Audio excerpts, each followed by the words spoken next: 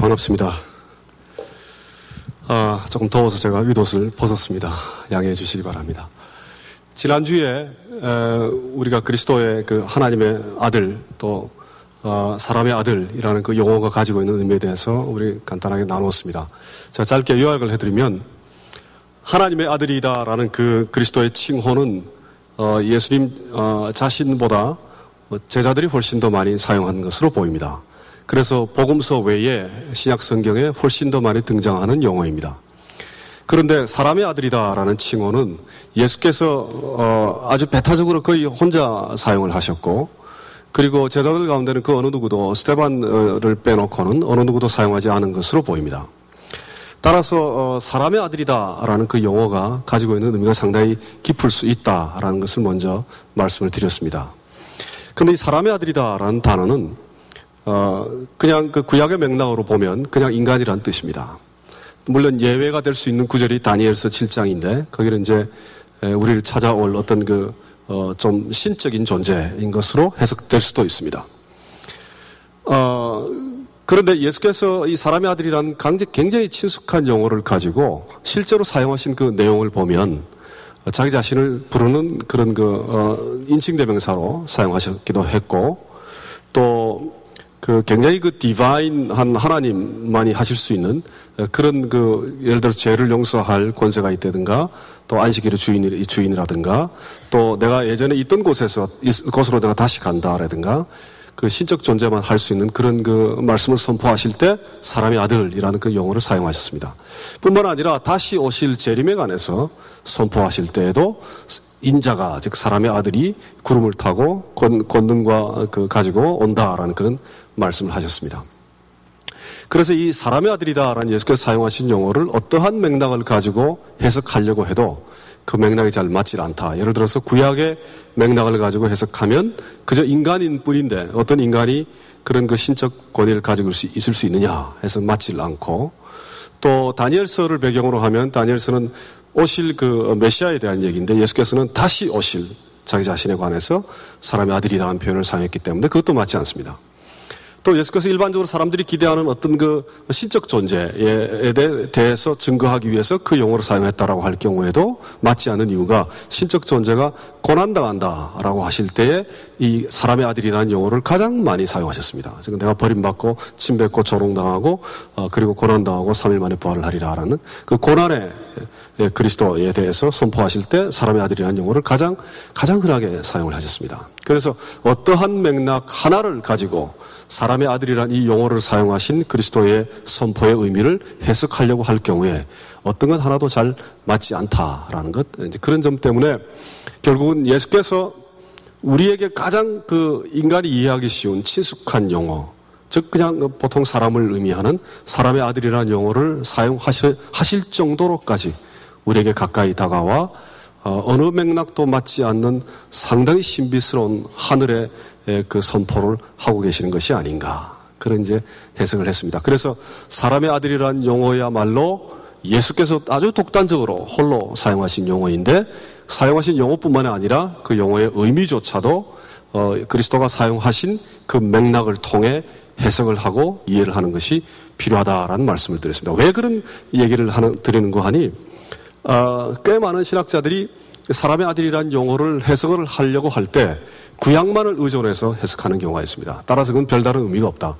그저 사람을 가리키는 것이다. 또 다니엘서만을 의존해서 해석하는 경우도 있습니다. 또 그리고 그냥 그저 예수께서 하나님이라는 것을 나타내기 위해서 사람의 아들이라는 용어를 사용했다, 이렇게 해석할 수 있습니다. 그런데 그 어느 한 가지의 방법만으로는 충족되지 않는다라는 것을 우리가 이해할 경우에 예수께서 아주 천천히 다가오시는 그 이유가 있죠.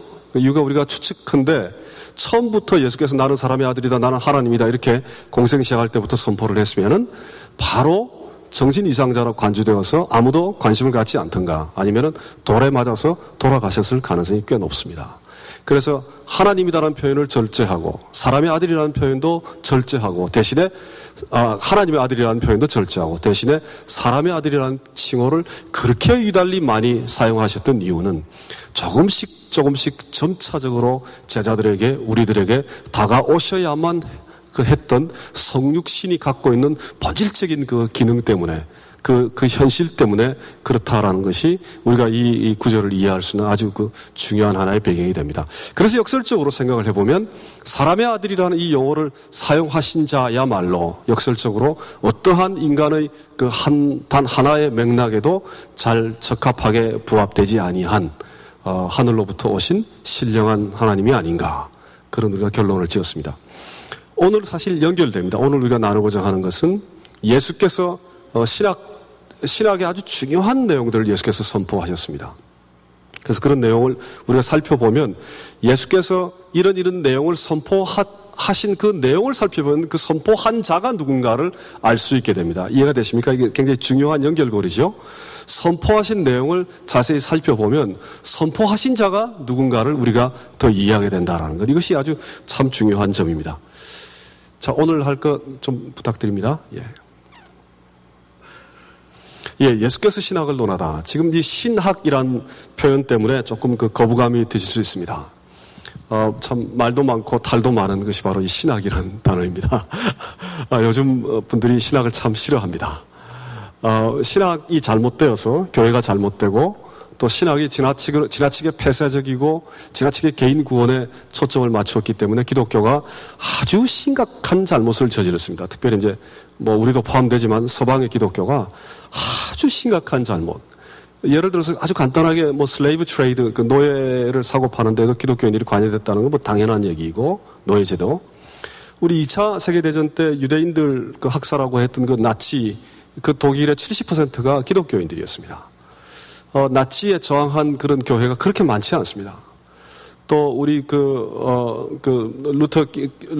마르틴 루터 킹 목사님이 이제 시빌 라이트에 대한 그 일을 시작할 때 그 일을 흑인을 위해서 그 일을 지지했던 교회는 거의 없습니다. 백인 교회 가운데 거의 존재하지 않습니다. 불과 이제 한 50년 전 정도 일인데, 그러니까 교회가 아주 처참하게 심각하게 그 인류의 일반 보편 문화에도 미치지 못할 정도로 상당히 잘못된 그런 그 일을 했던 적이 분명히 있습니다. 물론 뭐 천주교도 마찬가지고요.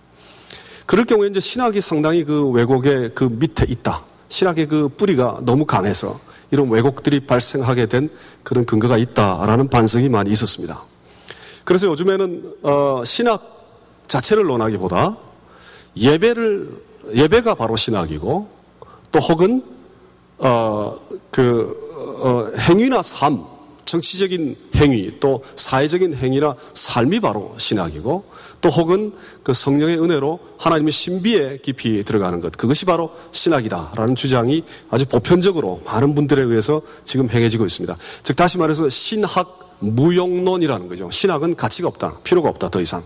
신학적 정의나 신학적 개념이나 신학적 진술들은 더 이상 가치를 갖고 있지 않다. 신학에 관해서 그 자체로 별도로 떼놓고 얘기하느니 차라리 예배를 드리겠다. 그 안에 신학이 있다. 차라리 그리스도의 삶을 사는 데 초점을 맞추겠다. 그 안에 신학이 있다. 또 하나님을 차라리 명상하고 하나님과 만나는 깊은 인격적인 관계에 성령의 은혜를 통해 들어가겠다. 그 안에 진정한 신학이 있다. 이제 그렇게 보는 거죠. 그것이 오늘날의 지금 큰 흐름입니다. 흐름인데 뭐 저의 하고 있는 주된 일이 신학적 작업을 하는 것이기 때문에 그런 건지는 모르겠습니다만은 조금 문제가 있죠. 그렇게만 하기에는 조금 문제가 있습니다. 왜냐하면은 예배를 드리는 것도 또 그 행동을 하는 것도, 기독교인의 삶을 살아가는 것도, 또 그리스도와 연합되는 그 신비적 영성 체험을 하는 것도 그 안에 내용을 가지고 있죠. 어떤 내용을 가지고 있습니다. 그 내용이라는 것은 커뮤니카티브해. 그 의사소통이 사실 되어야 되죠. 내용이라는 것은 우리가 직관하고 있는 것이 아니기 때문에 어떤 내용들을 가집니다. 그 내용들이 과연 어디로부터 왔을까라는 거죠. 그 내용들을. 그걸 전통적으로 얘기해서는 그 내용을 신학이라고 표현했었습니다. 그리고 딱딱한 용어들로 쫙 이렇게 정렬을 해서 체계화했죠. 시스템마이저를 해서 뭐 하나님은 세 분인데 뭐 본질이 동격하고 이렇게 쫙 이렇게 체계화했던 것. 그것이 이제 전통적인 의미의 신학입니다. 그런데 내용을 이루고 있는 그 무엇, 즉 신학적 내용이라는 것, 그것이 만약에 그리스도로부터 왔다라면 그 내용을 우리가 함부로 예배 속에 다 있다라든가 아니면은 신비적 경험 속에 다 있다라든가 우리의 행동 속에 다 있다라고 규정짓기에는 어려운 점이 분명히 있습니다.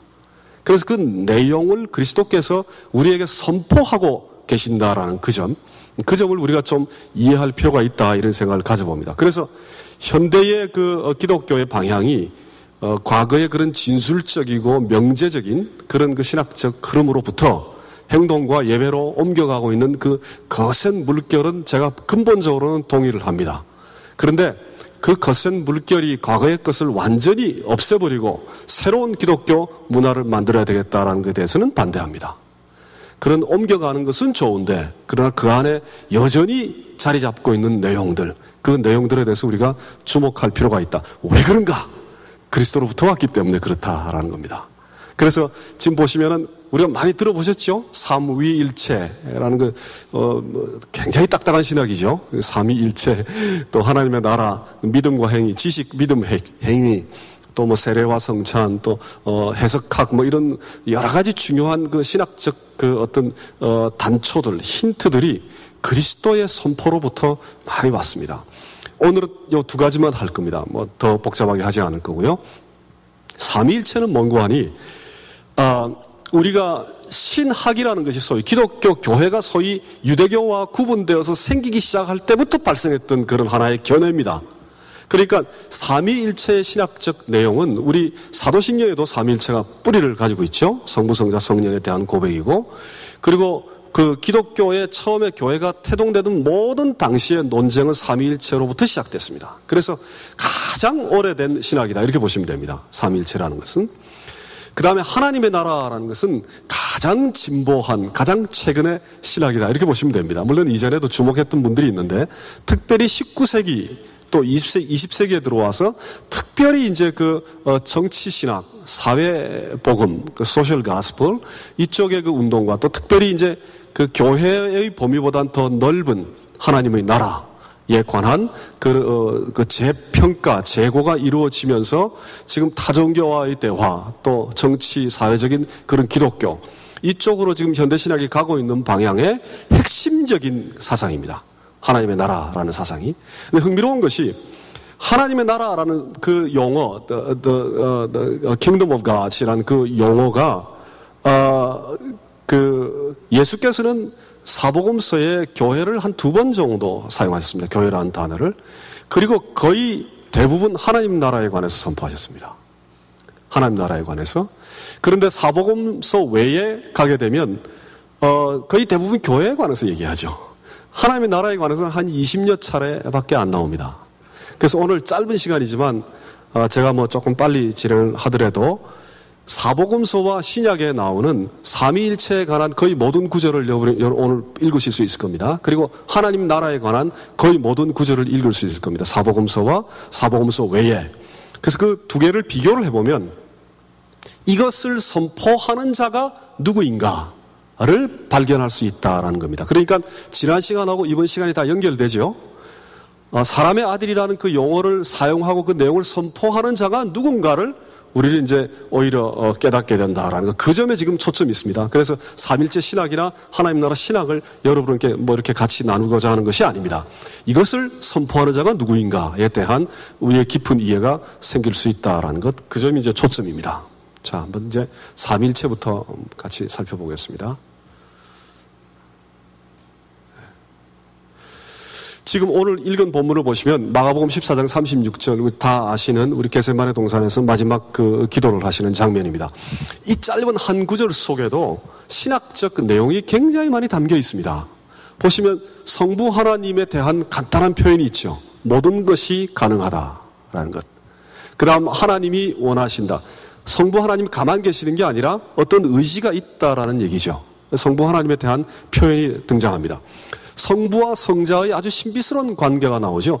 예수께서 아버지께 기도하고 계시죠. 우리 사복음서에 보면 가장 열심히 기도하는 분은 그리스도입니다. 제자들을 선택하기 전에 밤새도록 기도하셨습니다.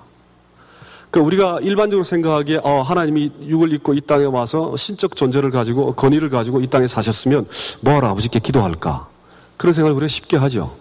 근데 가장 열심히 기도하신 분이 그리스도입니다. 그래서 기도를 하고 있다라는 것, 또 순종하겠다라는 그 순종의 내용이 있죠. 그래서 기도하고 순종하는 그런 관계, 즉 성부 아버지 하나님과 그 우리 그리스도의 그런 아주 신비스러운 관계가 이 속에 있습니다. 사실 순종한다라는 것은 달라야 순종합니다. 똑같으면 순종할 수 없죠. 그렇죠? 순종한다라는 것은 다른 인격체, 구분되는 인격체란 뜻입니다. 기도한다라는 것도 마찬가지입니다. 구분되는 인격체란 뜻입니다. 동일한 한 사람이 자기가 자기한테 기도하지 않습니다. 자기가 자기한테 순종하지 않죠. 그러니까 구분되는 인격체라는 의미가 그 안에 있습니다.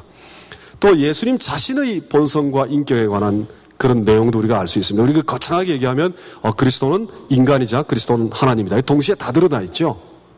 그렇죠? 곧 닥칠 일에 대해 얼마나 명백하게 확신이 있었으면 이렇게 간절한 기도를 하는가. 그건 이제 그 신적 그 권위를 가지고 있죠. 미래를 확실하게 바라본다라는 것. 그러나 이제 인간으로서 굉장히 갈등하고 계시죠. 그래서 신적인 모습과 인간적인 모습이 동시에 같이 드러납니다. 우리가 질문을 할 수 있죠. 그 사이에 어떤 갈등이 있는가? 이런 이제 질문들을 할 수 있습니다. 다 신학적인 질문입니다. 이 성경 구절 속에 있는 신학적인 질문입니다. 그 다음에 성부 하나님께서 그리스도의 십자가의 죽음을 굉장히 원하셨다. 네 번째 거. 그걸 우리가 알 수 있죠. 그러니까 예수께서 십자가에 돌아가셨다라는 것은 하나님께서 뒷짐지고 계신 게 아니라 하나님께서 그 일에 굉장히 깊이 개입했다라는 것을 알 수 있습니다. 그 다음에 그 성자와 제자들, 예수께서 혼자 가서, 참 저는 이 구절이 신기한 부분이 이 부분입니다. 좀 수치스러울 수도 있죠. 그렇지 않습니까? 내가 굉장히 두려움에 차서 곧 닥칠 죽음에 대해 하나님께 간절히 기도하는 건데, 누가복음에 보면 땀이 핏방울처럼 떨어질 정도로 간절하게 그 기도하는 그런 그 모습인데, 그 모습을 왜 구태여 제자들한테 보여주셨을까? 왜 구태여, 물론 이너서클이긴 하지만 그 세 명의 자기 아끼는 사랑하는 제자들을 데리고 가서 그 다음에 겟세마네 동산에 기도를 하죠. 물론 기도하시고 나와보니까 자고 있었어요, 제자들은. 그러나 자고 있을 정도로 그 눈이 감겨 있는 그 인간들을 왜 예수께서 초청해서 동행하셨을까라는 겁니다.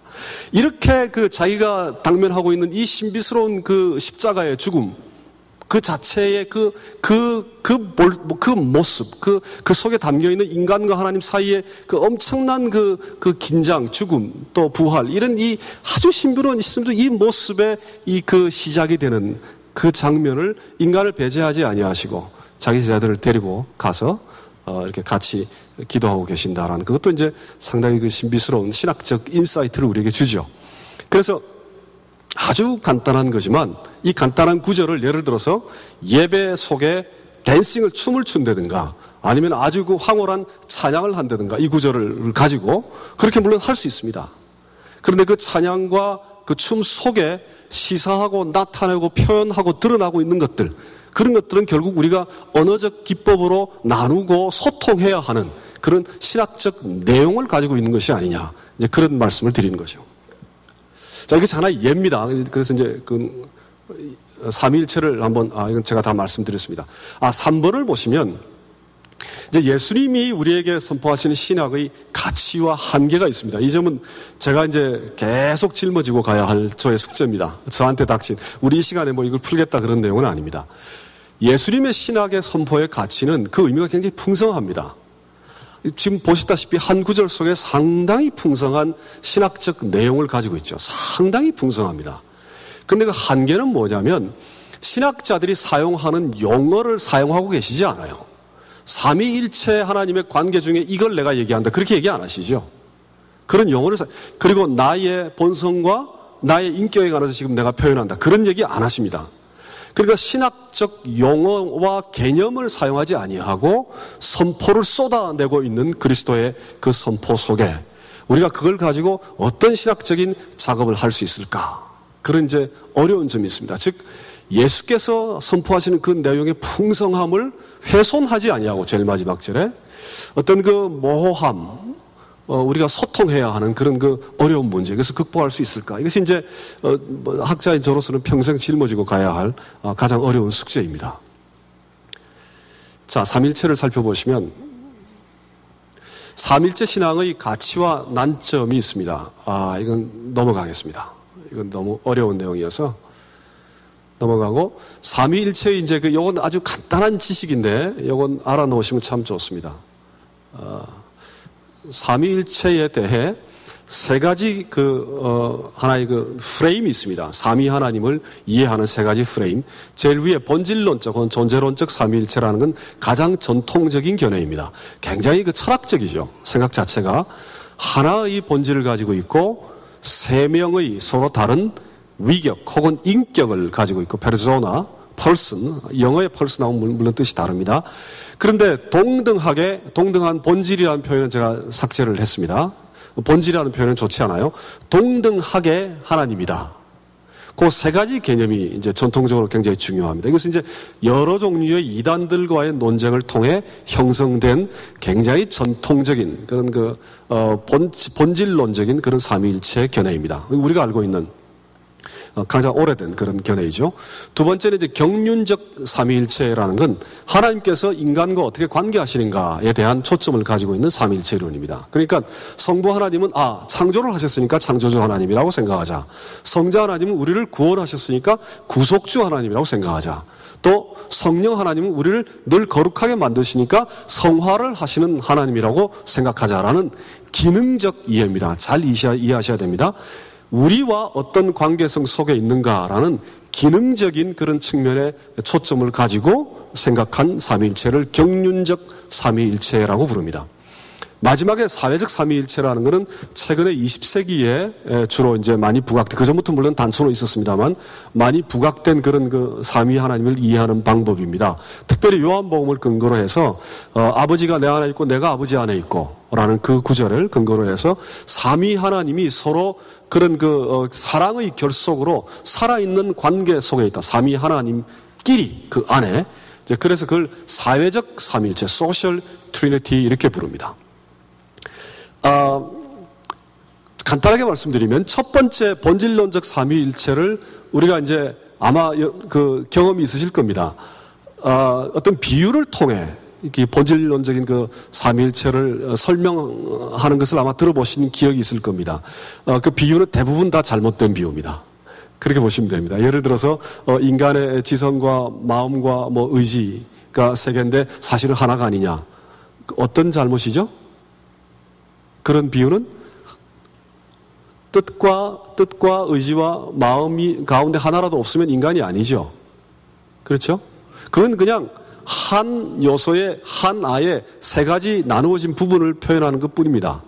예를 들어서 사과가 있으면 사과에 씨가 있고 우리가 사과 먹는 부분이 있고 사과의 껍질이 있다. 근데 그 한 덩어리가 사과니까 삼위일체다. 이렇게 이제 또 설명하는 분들이 계십니다. 그것도 다 잘못됐습니다. 왜냐하면 사과 씨 하나가 사과가 될 수가 없죠. 사과 껍질만 가지고도 사과가 될 수가 없죠. 세 개가 다 합쳐야 겨우 비로소 완전한 하나가 됩니다. 나무도 마찬가지예요. 나무 뿌리, 줄기, 또 위에 이파리 혹은 과일 이렇게 설명하는 경우가 있는데 뿌리만 가지고 나무가 될 수가 없죠. 삼위 하나님은 성자 하나님도 완전한 하나님이고 성부 하나님도 완전한 하나님이고 성령 하나님도 완전한 하나님입니다. 별도로 떼어놔도 다 완전함이죠. 그러니까 완전함에 관한 한 어거스틴이 그런 얘기를 했습니다. 세 분을 합친 그 하나님이 한 분보다 더 크지 아니하다. 그런 이상한 공식을 만들었습니다. 세 분 합친 그 하나님이 한 분 하나님보다 크지 아니하다. 하나님, 신성에 관해서 우리가 얘기할 때. 그러니까 우리가 갖고 있는 여러 가지 비유를, 방법을 가지고 아무리 이렇게 활용을 하려고 해도 잘 맞지 않습니다. 삼일체 하나님은. 그래서, 대부분 이제 단원론이라는 그런 이단의 형태에 빠지는 비유들을 많이 합니다. 그래서 조심하셔야 되고, 그 다음 두 번째 경륜적 삼위일체라는 것은 우리가 생각하고 있는 삼위 하나님에 대해 거의 대부분 저 경륜적 삼위일체입니다. 거의 대부분. 우리가 기도하는 자세라든가 또 우리가 하나님에 대해서 생각하고 있는 우리의 이해는 거의 대부분 경륜적 삼위일체다 이렇게 보시면 됩니다. 성부 하나님은 세상을 창조하신 분, 성자 하나님은 성부 하나님부터 보내심을 받은 우리를 구원하신 하나님, 성령 하나님은 우리 안에 내주하신, 기능적으로 생각하는 거죠. 기능적으로 세 분 하나님이 어떤 기능을 가지고 있느냐에 대한 이해가 우리를 하고 있습니다. 그럴 경우에 삼신론에 가깝습니다. 세 명의 각기 다른 기능을 하는 세 명의 다른 하나님에 가깝습니다. 그 뜻이 어떤 의미에서 일치를 이루고 있는가에 대한 깊은 숙고를 우리는 잘 하지 않습니다. 그래서 우리가 믿는 삼위일체 하나님은 거의 대부분 세 명의 하나님 정도에 가깝다 이렇게 보시면 됩니다. 그래서 이 삼위일체의 이 기독교 신앙은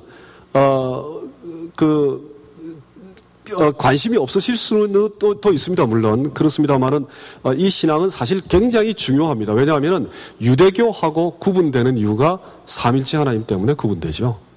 그리고 우리 구원도 삼위일체 하나님하고 연관이 있습니다. 또 제일 마지막 주에 다룰 교회에 관한 것도 삼위일체 하나님하고 연관이 있습니다. 그래서 삼위일체 하나님이 기독교 신앙의 핵심이다 이렇게 보실 수 있죠. 삼위일체 하나님에 대한 이해가. 그래서 삼위일체에 대한 그 이해를 우리가 조금 깊이 해야 될 그런 필요성이 있습니다. 자, 빨리 넘어가겠습니다.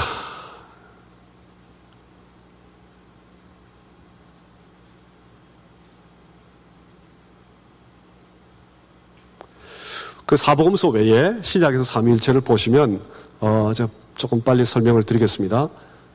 예수를 지금 여기 한 대여섯 구절이 있는데 그 전부 다 지금 여기 올려놨습니다. 이 예수를 하나님이 살리시고 오른손으로 높이심에 그가 약속하신 성령을 아버지께 받아서 이것을 우리에게 부어주셨다. 그러니까 하나님과 우리의 관계에 대한 얘기죠. 로마서에도 보면 성령이 친히 우리 영으로 더불어 우리가 하나님의 자녀인 것을 증거하시는 이렇게 삼위 하나님의 어떤 그 기능적 역할에 초점이 있습니다. 베드로전서도 이제 미리 아시는 아버지, 성령을 거룩하게 하심, 또 예수 그리스도의 피부림을 얻기 위해 택하심을 입은 자들에게 편지하는 이렇게 이제 삼위 하나님이 어떤 기능을 갖고 있는가 쪽에 초점이 있습니다. 고린도후서는 이제 우리 보통 베네딕션에 주로 축도에 많이 사용하는 구절이죠. 함께 동행, 우리와 삼위 하나님이 동행한다라는 문제. 또 에베소서도 보면 이제 우리와 하나님이 화해되었다라는 것, 또 성령 안에서 아버지께 우리가 나아감을 얻게 되었다라는 것, 즉 삼위 하나님이 우리 안에서 어떤 역할을 하는가, 어떤 기능을 갖고 있는가라는 쪽에 초점이 있습니다. 히브리서도 마찬가지입니다. 흠없는 자기를 하나님께 드린 그리스도의 피가 너희 양심으로, 그러니까 너희 양심이 죽은 행실에서 깨끗하게, 즉 그리스도가 우리의 피를 깨끗하게 한다라는 거죠. 그래서 이제 요 다섯 구절 이게 이제 거의 전부 다입니다. 삼위일체에 관한 복음서 외에 그런 성경 구절은 동시에 볼 수 있는, 물론 이제 이게 조심하셔야 됩니다. 여러 구절들이 또 있습니다. 그것은 성부 하나님과 성자 하나님의 관계에 관한 것, 성자 하나님과 성령 하나님의 관계에 관한 것, 이건 이제 여러 구절들이 있습니다. 그러나 삼위 하나님을 전체적으로 다 볼 수 있는 구절들은 한 5구절 정도 됩니다. 보시면 우리가 삼위 하나님과 어떤 관계 속에 있는가 쪽에 초점이 있습니다. 그런데 그리스도의 일과 선포를 한번 살펴보겠습니다. 복음서에 나와 있는 거. 마가복음에 보면 이제 예수께서 세례를 받으시는 장면이죠. 그게 지금 그 아버지 하나님이 자기 아들을 향해 내 사랑하는 아들이다. 이런 아버지 하나님과 성자 하나님 사이의 관계에 대한 선포가 있죠. 그 다음에 마태복음 28장 19절 잘 아시다시피 삼위 하나님의 이름으로 세례를 주는 것이 모든 족속으로 전 민족에게 열려져 있다라는 그런 개방되어 있다라는 것이 선포되고 있습니다. 또 누가복음 10장 22구절이 참 중요합니다. 요한복음을 빼고 성자 하나님과 성부 하나님의 관계에 대해 굉장히 깊은 선포를 하고 있죠. 아버지 하나님과 그리스도 사이의 관계는 어떤 다른 것에도 비유될 수 없다라는 그 얘기죠. 그러니까 성부 하나님과 성자 하나님의 관계에 대해 예수께서 스스로 지금 선포하고 계시죠. 그 다음에 이제 또 삼위 하나님이 서로 하나 되어 있다라는 것, 서로 동등하다 혹은 하나 되었다, 연합되어 있다라는 것은 요한복음에 주로 쭉 나옵니다. 보시면은 아버지와 나는 하나다, 이거 굉장히 심각한 구절이죠. 아버지와 나는 하나다, 이 구절 때문에 이제 예수님께서 많은 고초를 당하셨습니다. 그 다음에 창세전에 내가 아버지와 함께 가졌던 영화로서, 또 내 아버지께서 내 이름으로 보내실 성령, 이 성령과 성자와 성부의 그 연합적인 성격이 아주 잘 드러나 있죠. 아버지께서 성자의 이름으로 보내주실 성령에서 그 관계가 같이 드러나 있습니다. 또 이제 요한복음 14장에 아주 중요한, 내가 이제 곧 가겠다. 그러나 내가 다시 온다. 왜 그런가? 너희가 성령을 받을 것이기 때문에 그렇다. 그러면 성령과 성자 하나님의 그 관계가 아주 깊이 잘 드러나 있죠. 또 그런가 하면은 세 번째 항목에 아버지와 아들 또 성령의 그 독립적인 존재라는 것, 이것이 요한복음 10장 저 구절이 참 중요한 구절입니다. 내가 스스로 목숨을 버리노라. 나는 버릴 권세도 있고 다시 얻을 권세도 있다. 즉 나는 아버지께 완전히 종속된 것만은 아니다라는 거죠. 그 독립적인 인격을 가지고 있다라는 그런 말씀입니다. 또 성령, 이건 이제 여러 가지 해석이 방법이 있어서 조금 이제 굉장히 문제가 되는 구절이긴 합니다만, 그러나 인자를 거역하면 사하심을 용서를 받으려니와 성령을 모독하는 자는 용서를 받지 못한다. 이 구절은 성령 하나님과 성자 하나님이 서로 구분되는 인격체를 갖고 있다라는 것은 최소한 우리가 알 수 있죠. 서로 구분된다라는 것. 그러니까 지금 예수께서 계속 선포하고 있는 내용은 어떤 겁니까?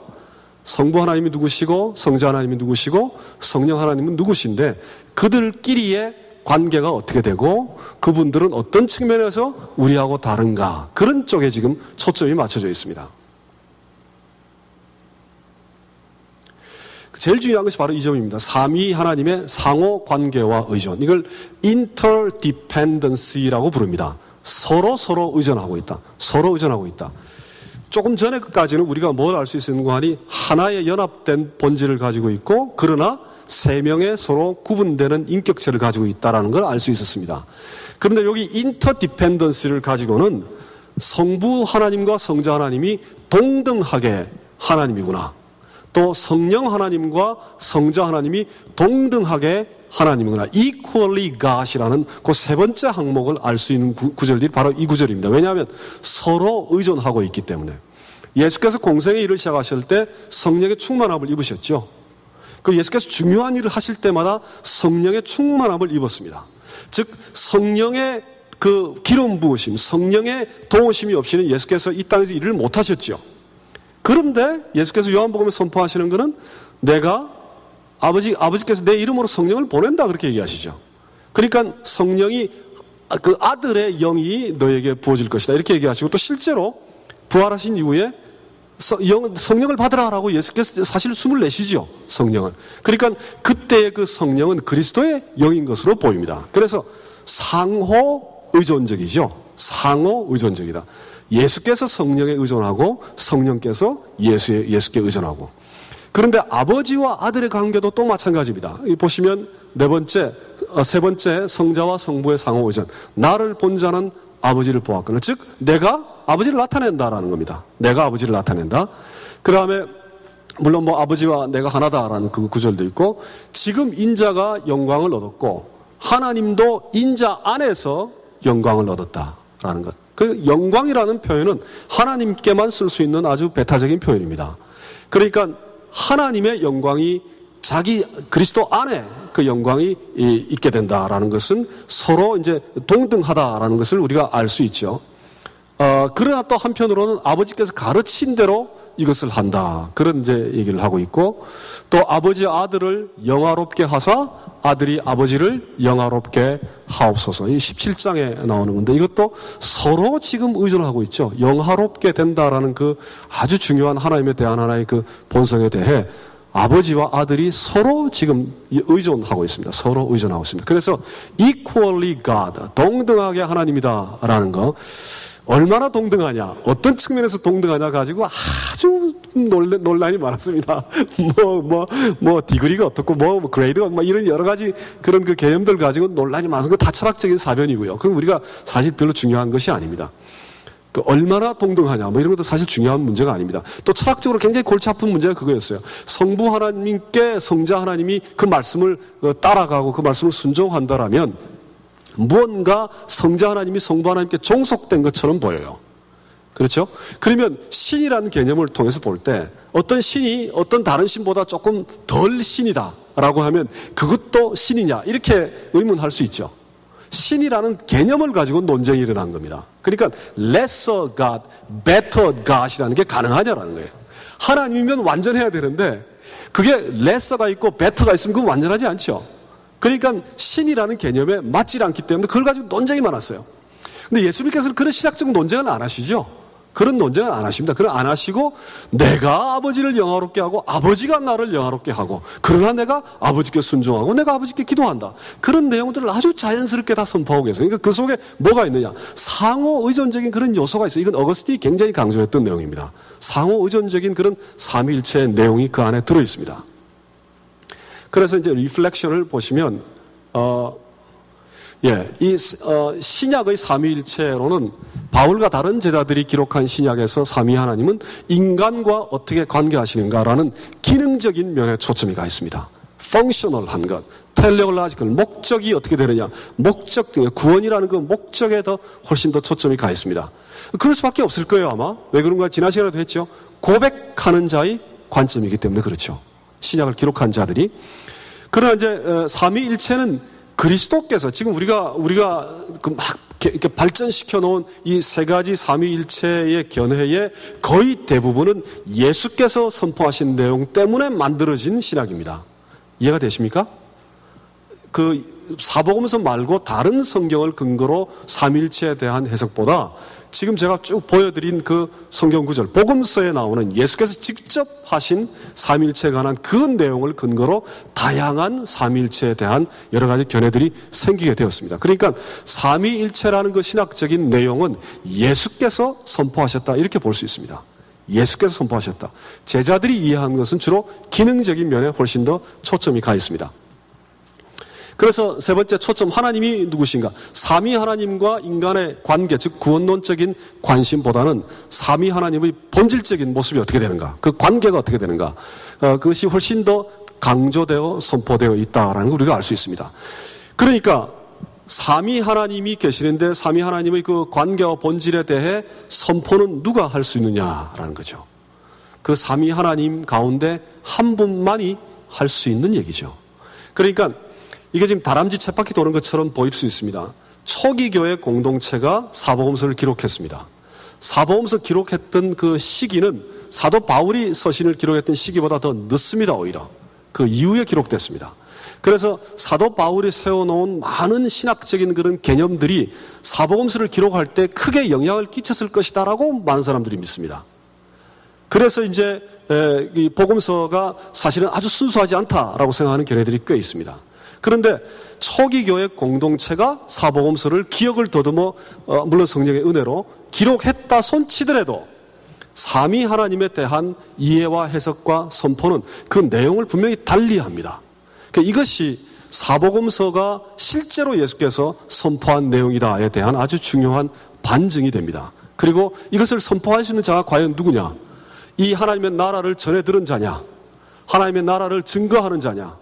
아니면 하나님 나라에 속한 자냐, 또 삼위에 속한 자냐, 그 구분을 우리가 볼 수 있습니다. 왜냐하면 본질에 관한 선언을 하고 있고 관계에 대한 선언을 예수께서 하고 있기 때문에 그렇습니다. 그래서 이 선언의 내용을 보면 이 선언을 선포를 하는 자가 어떤 자인가에 대한 이해를 우리가 할 수 있다라는 것. 이것이 이제 삼위일체를 직접 예수께서 선포하셨다는 데 대해 우리가 주목해야 되는 이유입니다. 시간 없지만 간단하게 사정을 하나 더 붙이면 기독교가 너무 지나치게 기능적인 면에 초점을 갖고 있는 경우가 참 많습니다. 저는 뭐 전세 기독교를 다 아는 건 아닙니다만은 한국 기독교가 조금 유달리 더 그런 것 같습니다. 구원을 획득하기 위한 하나의 그 방법이나 도구나 어떤 그 접근법이나 스킬들에 대한 논의가 굉장히 많습니다. 그러한 논의나 그런 초점은 사실은 제자들의 입장하고 유사할지 모릅니다. 그런데 예수께서 이 땅에 오셔서 실제로 선포하신 내용은 너희들이 어떻게 하면 구원을 얻을까도 물론 깊은 관심이었지만 하나님 나라의 비밀을 우리에게 알려오시는 것이었습니다. 선포하는 것이었습니다. 그래서 그리스도의 선포에 깊이 침잠하고 그 선포가 비록 지금 나에게 어떤 이점을 가져올까, 내가 얼마나 더 좋은 베터 펄슨이 될까에 대한 확실한 단초를 주지 않더라도 그리스도의 선포가 우리에게 알려오는 그 신비스러운 세계에 대해 그저 정말 그 침묵하고 넋놓고 있는 거, 그것도 기독교인의 삶의 한 중요한 그 일부라는 생각을 해봅니다. 그래서 너무 지나치게 기능적인 면에 우리의 초점이 가 있는 것, 이것은 예수께서 사실 선포하고자 하는 내용과 내용의 한 일부일 수는 있지만 전부 다는 아닐 수도 있다라는 것. 거기에 대한 좀 반성이 우리 안에 좀 일어났으면 좋겠습니다. 자, 그래서 이제 과제는 다 말씀드렸습니다. 이런 풍성함과 깊이가 경직된 신학적 용어를 사용하게 될 경우에 그 풍성함이 방감될 수 있습니다. 근데 문제는 그럼 신학적 용어를 전혀 사용하지 아니하고 신학적 개념을 삼위일체라는 용어는 신학자들이 만들었죠. 그 단어는 신학자들이 만들었습니다. 그 단어는 트리니티라는 단어는 신학자들이 만들었어요. 2세기나 3세기에. 그런데 그 내용은 그리스도로부터 왔죠. 그러니까 그런 경직된 용어, 경륜적 삼위일체, 본질적 삼위일체 이런 거 어려운 거 쓰지 말고 그냥 예수께서 선포하신 그 풍성한 내용 그 자체만을 가지고 우리가 좀 생각하고 믿고 받아들이고 고백하고 나누자. 근데 그것이 과연 가능하냐라는 거예요. 그렇게 할 수만 있으면 참 좋겠는데 그런 용어와 그런 그릇 없이 내용만을 가지고 우리가 직관할 수 있는 그런 능력이 우리한테 있느냐라는 것. 그것이 참 어렵습니다. 참 어려운 점이어서 지금 제가 이렇게 쭉 설명하고 있는 것도 사실은 그런 신학적 개념들을 가지고 지금 풀어 헤치고 있기 때문에 이걸 싹 다 배제를 하고 그리스도가 선포한 내용만 가지고 우리가 대충 이제 하나님에 대해서 이해하셨습니까? 이렇게 하기가 참 어렵다라는 겁니다. 그래서 그런 난점을 우리가 가지고 있다는 걸 이해하셨으면 좋겠습니다. 자, 그래서 여기 보시면 제자들과 그리스도의 삼일체는 사실 좀 구분이 됩니다. 삼일체에 관해 제자들의 선포는 그렇게 뚜렷하지 않습니다. 초점은 기능적이고 구원론에 가 있습니다. 근데 그리스도의 삼일체 이해는 자증적 증거, 자기 스스로가 삼일체에 대한 증거를 하고 있기 때문에 훨씬 더 선명한 얘기들을 하죠. 그리고 삼위일체 하나님의 본질과 관계에 대한 초점을 가지고 있습니다. 이 양자 사이의 어떤 비교를 우리가 해볼 수 있습니다. 따라서 용어는 교회와 신학이 세웠지만 내용은 예수께서 만드셨다. 굉장히 진지한 문제가 발생하죠. 예수께서 삼일체의 내용을 실제로 우리에게 선포하셨다라면 그럼 삼위 하나님이 누굴까에 대한 관심이 반드시 있어야 되죠. 우리에게. 그렇죠? 하나님을 아는 그 고백과 믿음과 신앙이 우리가 자라나려면 삼일체 하나님, 예수께서 선포하신 그 삼위 하나님이 도대체 누굴까에 대한 관심이 분명히 있어야 됩니다. 안타까운 것은 교회 안에서 삼위일체 하나님에 대한 어떤 그 가르침과 선포가 많이 약한 것 같아요. 십자가에 대해서는 꽤 많이 선포를 하시는데 삼위일체에 대한 선포는 조금 많이 약하지 않는가라는 그런 생각을 해봅니다. 근데 사실 예수께서 이 삼위 하나님에 대한 선포와 그 구체적인 내용을 가장 그 선명하게 드러내셨다라면 우리 믿는 자가 굉장히 관심을 가져야 할 부분이죠. 굉장히 관심을 가져야 할 부분입니다. 그래서 그 점을 먼저 강조를 좀 해드립니다. 그 다음에 하나님의 나라. 이건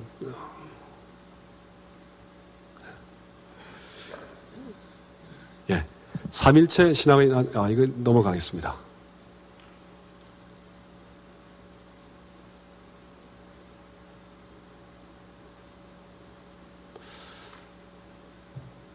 제가 아무래도 이거 참 손재주가 없는 것 같아요. 잘 넘어가질 않아서. 하나님 나라, 현대신앙의 아주 키워드입니다. 하나님 나라가. 자, 이제 먼저 제가 강조를 드리고 싶은 건 이겁니다. 그 사도 바울의 서신을 주로 초점을 맞춰서 개인 구원을 지향해 왔던 그런 그 개신교의 신앙의 형태에 대해 깊은 반성이 일어남으로 말미암아 19세기, 20세기에 오늘 현대 신학의 방향은 그런 인간의 사회를 해방시키고 또 가난한 자를 돕고 하는 그런 정치적인 면, 사회적인 면 쪽으로 초점이 가 있습니다.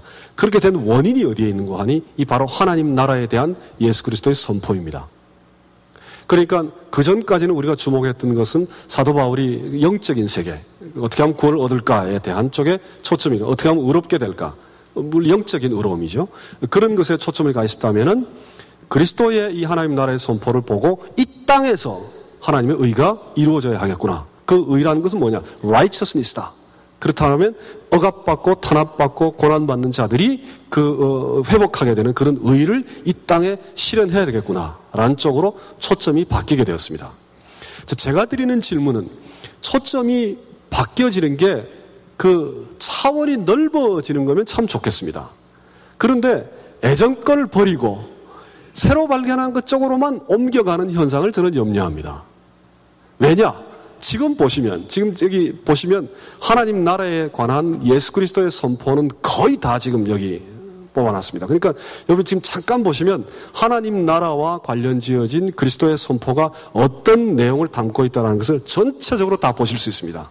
그럼 전체적으로 다 보고 나면 하나님의 나라가 무엇이고 하나님의 나라와 우리는 어떤 관계가 있고 이런 것을 전체적으로 볼 수 있는 그런 안목이 생기게 될 겁니다. 그 전체적인 것이 참 중요하다라는 것, 그것을 먼저 강조를 해드립니다. 여기 지금 이제 보면은 흥미로운 점이 바로 이겁니다. 사도행전 1장 3절에서 6절까지 보면 예수께서 이제 부활하신 후에 하나님의 나라의 일을 말씀하셨어요. 그런데 이제 그 제자들이 모여서 예수께 물었습니다. 주여 이스라엘의 나라를 회복하심이 이때니까 이렇게 물었습니다. 사실 동문서답하고 있는 거죠. 하나님 나라에 대해서 예수께서 쭉 가르쳤는데 제자들은 이스라엘 나라가 어떻게 됩니까? 그때가 바로 그때죠? 이렇게 이제 물어보는 거예요, 사실은. 그러니까 제자들은 여전히 이스라엘이라는 나라, 그 킹덤, 그 이스라엘이라는 그 정치적 킹덤의 의식이 늘 가 있고, 예수께서는 하나님의 나라는, 그 서로 이제 오버랩 될 수도 있습니다. 겹칠 수도 있지만은 하나님의 나라라는 이 신비스러운 세계를 계속 가르치는데 듣는 사람은 계속 이스라엘은 언제쯤 이런 생각을 이제 하고 있는 거예요. 그러니까 그것이 우리가 보면 참 우스울 수는 있지만 우리도 그럴 수 있습니다. 우리도. 하나님은, 그리스도는 하나님의 나라에 대해서 계속 선포하고 있는데 우리는 나는 언제쯤 천국 갈까? 또 나는 언제쯤 선한 인간이 될까? 이제 내가 하나님 나라에 어떻게 하면 좀 빨리 들어갈까? 나는 좀 쉽게 들어갈 방법이 없는가? 이쪽에 관심이 있을 수 있어요, 우리가. 우리는 나의 나라에 대해 관심이 있는데 예수께서는 하나님의 나라에 대해서 선포하고 있죠. 이런 일들이 계속해서 지금 일어나고 있을 겁니다. 그건 왜 그런가? 관점이 달라서 그래요. 지난주부터 제가 계속 말씀드리죠. 관점이 달라서 그렇습니다. 우리는 하나님 나라를 보고 고백하고 들어가려고 하는 자들이고 예수께서는 하나님의 나라로부터 온 자이고 서로 관점이 다르기 때문에 이런 문제들이 생기는 것으로 보입니다. 마찬가지입니다. 사람의 아들이라는 용어처럼 하나님의 나라도 제자보다는 예수님이 주로 사용하셨습니다.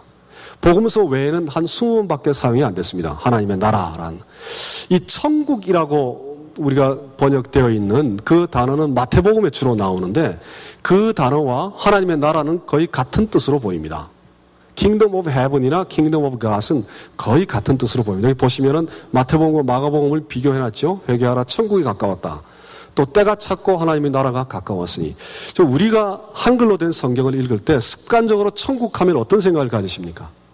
습관적으로 내가 죽고 나면 갈 나라, 혹은 예수께서 재림하신 후에 우리가 모두 들어가게 될 나라, 영생의 구원, 이거하고 비슷하게 생각하시죠? 하나님의 나라, 천국이라면은. 그런데 예수께서 선포하시는 내용은 그거하고 사실 좀 다릅니다. 조금 달라서 우리가 지금까지 이해해왔던 하나님의 나라와 천국에 대한 개념보다는 훨씬 더 확장되어 있고 훨씬 더 신비스러운 세계를 예수께서 지금 선포하고 계십니다. 그걸 우리가 같이 한번 꼭 볼 수 있으면 좋겠습니다.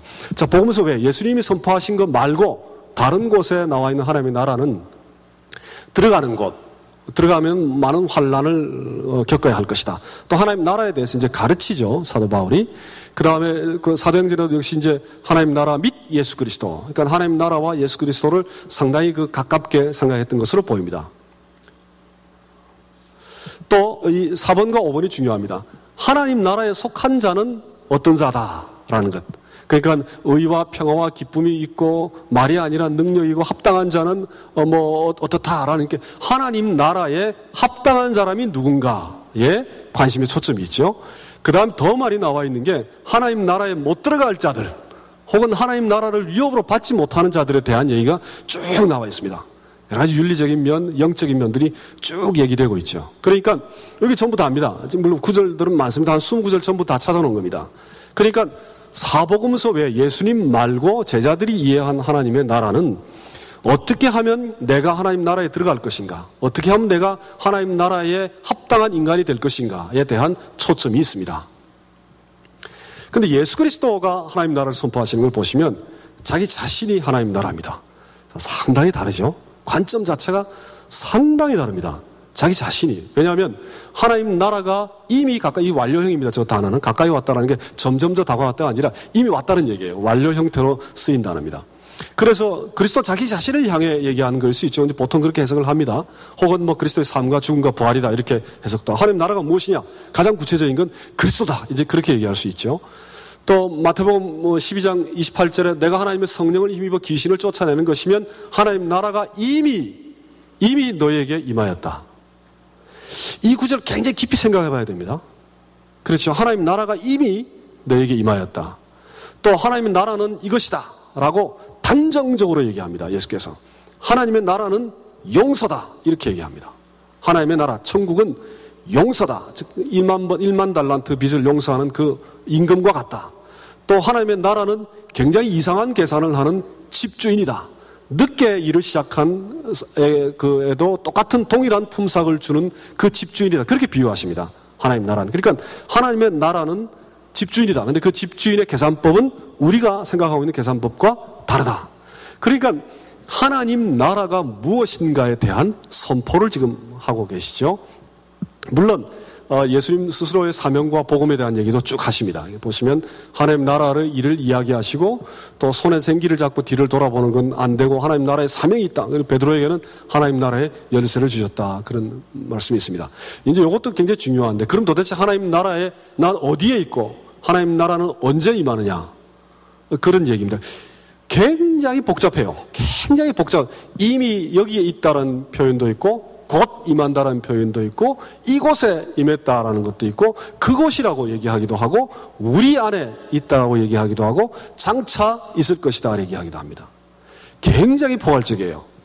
그러니까 보면 마태복음 12장 28절을 보면 이미 너에게 임하였다. 하나님 나라는 어디 있습니까? 우리에게 있는 거예요. 하나님 나라는 이미 우리에게 있습니다. 그리고 여기 섰는 사람 중에 죽기 전에 하나님 나라가 임하는 것을 볼 자 곧 하나님 나라가 임한다라는 거죠. 그래서 이제 저 말씀을 가지고 논란이 많은데 저 말씀을 한때는 예수께서 재림하는 걸로 해석을 하는 경우가 많았습니다. 이해하는 경우가 많았습니다. 제자들이. 사도 바울도 이제 그런 해석을 하는 것으로 보이죠. 그런데 이제 요즘은 또 어떻게 해석을 하는 거 아니 예수께서 십자가에 달려 돌아가시고 부활하신 그 자체가 곧 일어날 거기 때문에 그것이 바로 하나님 나라가 임하는 것이다. 이렇게 이제 해석할 수도 있습니다. 이 세대가 지나가기 전에 이 모든 일이 다 이루리라. 곧 일어난다는 얘기죠. 하나님 나라가. 그 다음에 내가 하나님 나라에서 새 것으로 마시는 날까지 다시 마시지 않는 이건 재림할 때 하나님 나라가 있다는 얘기예요. 그러니까 하나님 나라는 그리스도 예수와 또 제자들이 장차 들어가게 될 그 종말론적인 앞으로 다가올 그 하나님 나라를 얘기하고 계시죠. 또 하나님 나라가 어디에 있느냐? 우리 바깥에 있는 게 아니라 너희 안에 있다라고 말씀하셨어요. 누가복음에 너희 안에 하나님 굉장히 영적인 실체를 얘기하고 있죠. 또 하나님 나라가 당장 임하는 것이 아니라 심판할 때 임한다. 이것도 이제 재림에 관한 말씀이시죠. 그러니까 하나님 나라는 도대체 언제 어디에 있냐라는 질문에 너무 복잡해요. 너무 복잡해요. 그래서 다 여러 가지 이런 성경 구조들 근거로 해서 여러 가지 이론들이 지금 막 만들어졌습니다. 그래서 이제 우리가 굉장히 존경하는 칼 바르트라는 20세기의 신학적 거장이 얘기한 already but not yet 이라는 표현을 많이 씁니다. 이미 이루어졌지만 그러나 아직 이루어지지 않았다라는 거. 그 굉장히 신학적 표현이에요. already but not yet. 굉장히 신학적 표현이죠. 근데 그 신학적 표현이 어디에서 왔습니까? 여기에서 왔어요. 여기서. 신학적 표현이 그리스도로부터 왔습니다. 예수께서 저렇게 already but not yet을 아주 포괄적이고 복잡하게 얘기를 하셨기 때문에 그 성경을 읽는 우리가 야 이거 하나님 나라가 어떻게 되지? 이미 임한 것 같기도 하고 아직 아닌 것 같기도 하고 그래서 already but not yet 이런 신학적 용어를 우리가 만들어내는 겁니다. 왜냐? 예수께서 지금 그 얘기를 하고 계시기 때문에 그렇습니다. 어쨌든 중요한 건 우리가 기존 만약에 죽고 난 다음에 가는 세계라든가 아니면은 영원히 살 하나님과 동행할 그 어떤 천국 그거로만 생각했으면 예수께서 선포하고 있는 내용하고는 상당히 다르죠. 상당히 다릅니다. 이 땅에 지금 예수께서 오실 때 하나님의 나라가 이미 이루어졌다라는 걸로도 볼 수 있습니다. 이제 그 다음에 중요한 문제가 이 역설적 실체입니다. 뭔가 다르다라는 거예요. 뭔가 뒤바뀌었다. 우리가 이해하고 있는 거하고 좀 다르다라는 거. 그 점이 여러 가지 점들이 있는데 감추어져 있기도 하고 드러나 있기도 하다. 이게 마가복음 4장이 참 중요한 구절입니다. 하나님 나라에 관해서. 하나님 나라에 관해서 씨앗으로 세 종류의 비유를 주세요. 예수께서 말씀에 연관된 하나님 나라를 우리가 잘 알고 있는 그 말씀이 어디에 떨어지냐에 대한 그 비유가 하나 있고 그다음 두 번째 비유는 그 씨를 뿌리는 것 같은데 밤낮 자고 깨어 하는 중에 나서 자라되 어떻게 된 것을 알지 못한다. 그런 말씀이 있습니다. 그런데 그 다음에 비유는 겨자씨 같은데 그것이 커가지고 큰 나무들보다 커진다. 즉 하나님 나라가 굉장히 커진다는 거예요. 그건 우리가 다 알죠. 그 새가 깃든다 막 그런 말씀까지 있으니까. 그런데 어떻게 그렇게 되는지 알지 못한다라는 얘기를 하세요. 어떻게 그렇게 되는지. 그러니까 감추어져 있어요. 하나님 나라가. 우리한테 전부 다 알려져 있는 게 아닙니다. 감추어져 있으면서도 동시에 또한 드러나죠. 점점 자라니까 큰 나무가 되듯이 드러나죠. 그러니까 하나님 나라는 감춰져 있기도 하고 드러나 있기도 하고. 또 지금 저 나라의 복음이 전파돼 사람마다 그들 치유받는 사람들이 다 들어가니까 하나님 나라를 그리고 이제 볼 수 있죠. 그러나 저 사람들에게는 감춰져 있다. 그런 말씀을 예수께서 하십니다.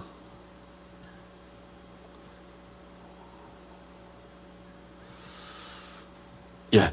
그 다음에 또 하나 우리가 참 이해하기 어려운 부분이 근데 아주 배타적이면서도 동시에 아주 포용적입니다.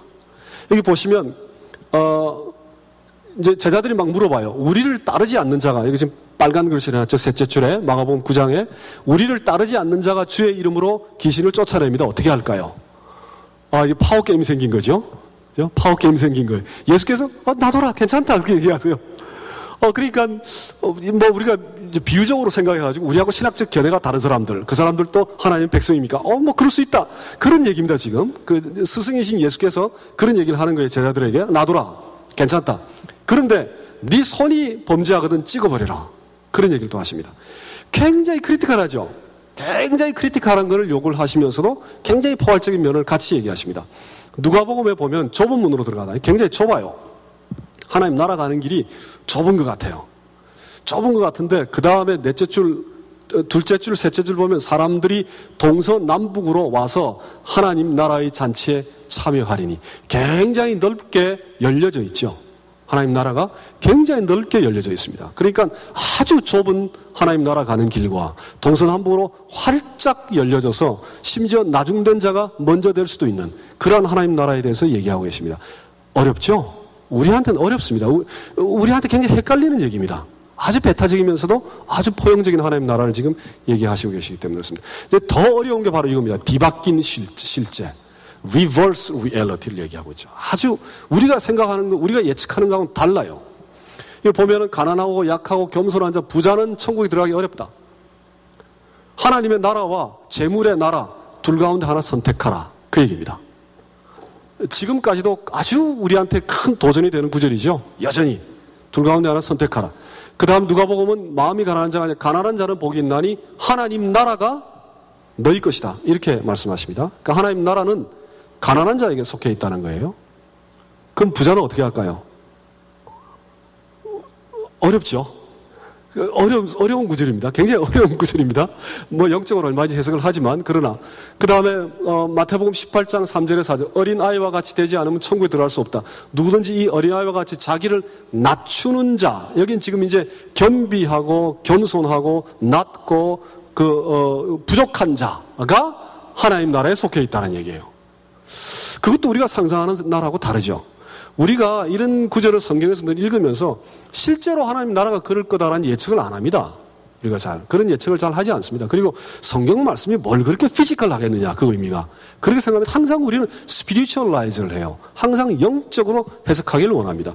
근데 예수께서 이렇게 굉장히 스트레이트포워드하게 아주 직설적으로 피지컬 리얼리티에 대해서도 많이 언급을 하십니다.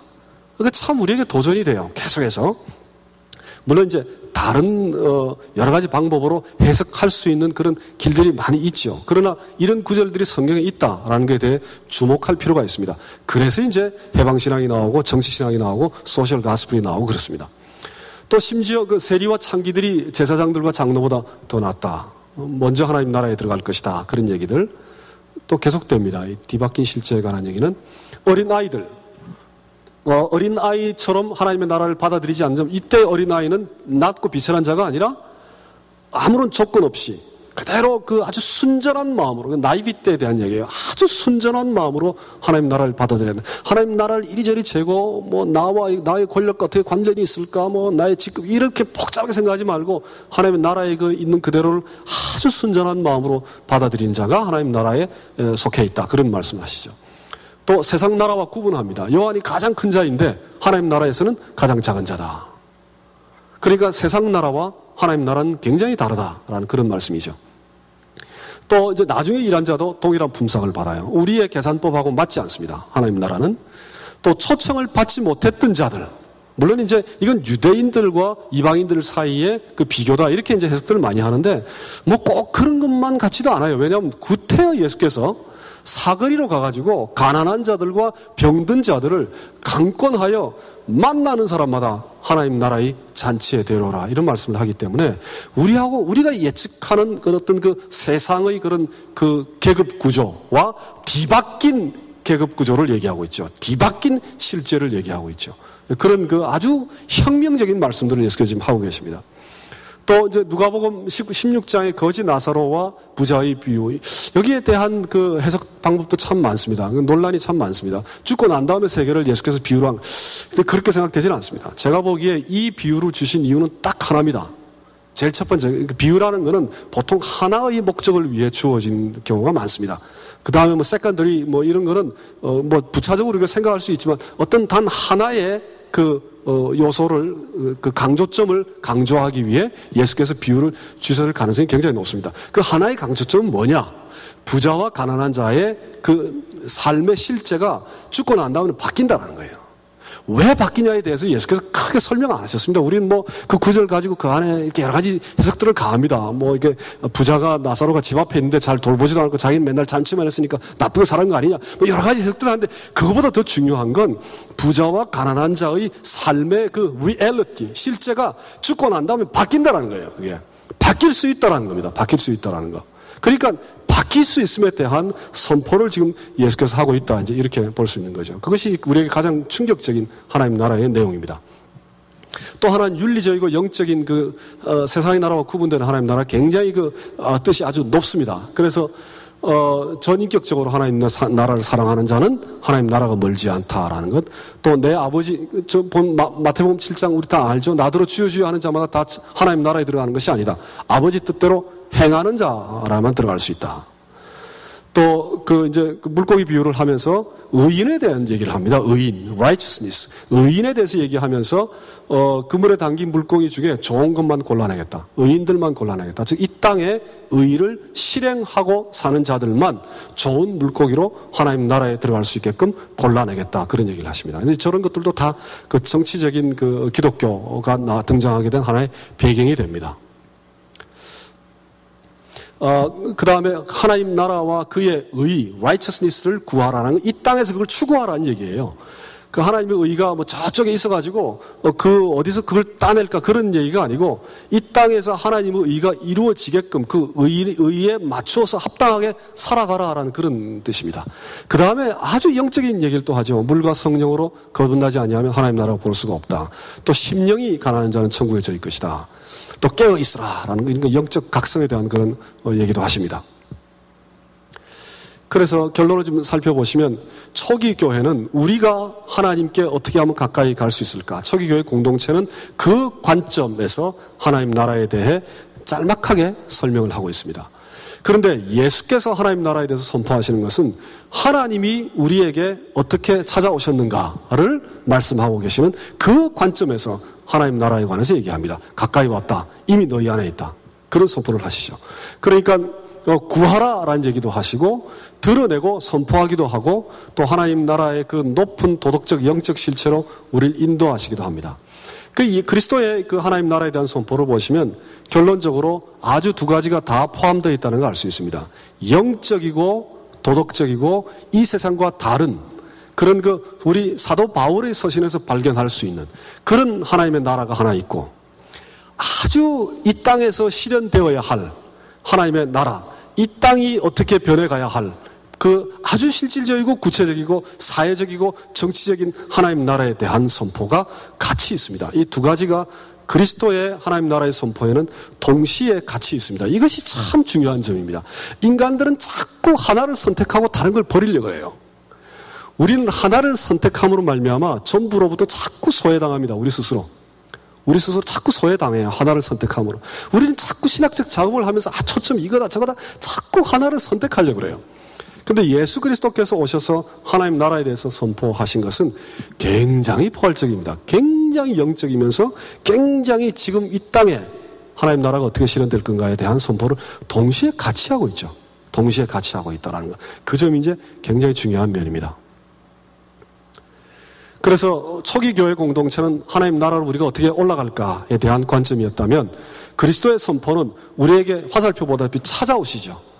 우리에게 찾아오셔서 하나님 나라의 신령한 실체를 선포하시면서 이 땅이 어떻게 변화되어야 되는가를 설명하면서 동시에 우리를 아주 높은 차원의 영적 윤리적 차원으로 우리를 인도해 가시죠. 그래서 성육신 하신 자만이 할 수 있는 선포다, 이렇게 볼 수 있습니다. 그래서 하나님 나라가 도대체 뭐냐? 그리스도 자신, 또 이 세상에서 고난받고 비천하고 겸손한 자들이 속한 세계, 또 이 세상과 다른 아주 그 높은 영적인 세계, 또 혹은 교회, 믿는 자, 깨어있는 자, 이렇게 볼 수 있습니다. 아이고, 이게 다 없어졌네요. 그 이 관점의 차이를 보면 초기 교회는 초청받은 자들, 또 초청받은 자들의 자격을 강조하고 있고, 어떻게 하면 초청받을까? 하나님 나라에 그쪽에 관점이 있고, 그리스도의 관점은 찾아와서 우리를 초청하는 자의 관점입니다. 그래서 그 하나님 나라의 본질과 내용과 열석적 실제에 대해서 선포를 하시죠. 그리고 어떻게 하면 우리를 데리고 갈까에 대한 그런 선포를 하고 계십니다. 그래서 이 두 개를 비교를 해보면 예수께서는 실제로 하나님 나라에 대해서 선포를 하셨지만 하나님 나라를 이렇게까지 자세하게 영적 세계와 또 피지컬한 리얼리티를 같이 선포할 수 있는 자는 그 하나님의 나라로부터 온 자만이 가능하다, 이렇게 볼 수 있습니다. 그래서 하나님 나라에 선포하신 그 내용이 오히려 그리스도 자기 자신에 대한 선포를 하고 있죠. 그래서 이 세 가지를 다 모으면 지난주까지 해서 사람의 아들이라는 용어, 또 삼일체에 대한 그리스도의 선포, 하나님 나라에 대한 선포를 전부 다 합쳐놓고 보면, 아, 그리스도가 정말로 하늘로부터 온 성육신하신 하나님의 거룩한 아들이구나 라는 것을 우리가 깨닫고 고백할 수 있습니다. 이것이 제일 중요한, 성경이 선포하고자 하는 가장 중요한 그런 하나의 그 진리이자 우리의 믿음의 내용이라고 생각을 합니다. 같이 기도 드리고 마치겠습니다. 거룩한 자로 이 땅에 찾아오시어 우리가 도저히 깨달을 수 없는 또 삼위 하나님의 그 깊고 깊은 신비를 우리에게 선물로 허락하시고 드러내시고 동행하시고 우리를 인도하신 이 그리스도의 그 놀라운 은총에 감사를 드립니다. 삼위 하나님의 그 깊고 깊은 관계처럼 우리도 이 땅을 살아가게 하시고, 또 그리스도를 아는 지혜가 우리 가운데에 그리스도의 선포만큼이나 풍요롭게 자라날 수 있도록 성령의 은혜 가운데 우리의 늘 축복하여 주시옵소서. 예수님의 이름으로 기도드립니다. 아멘.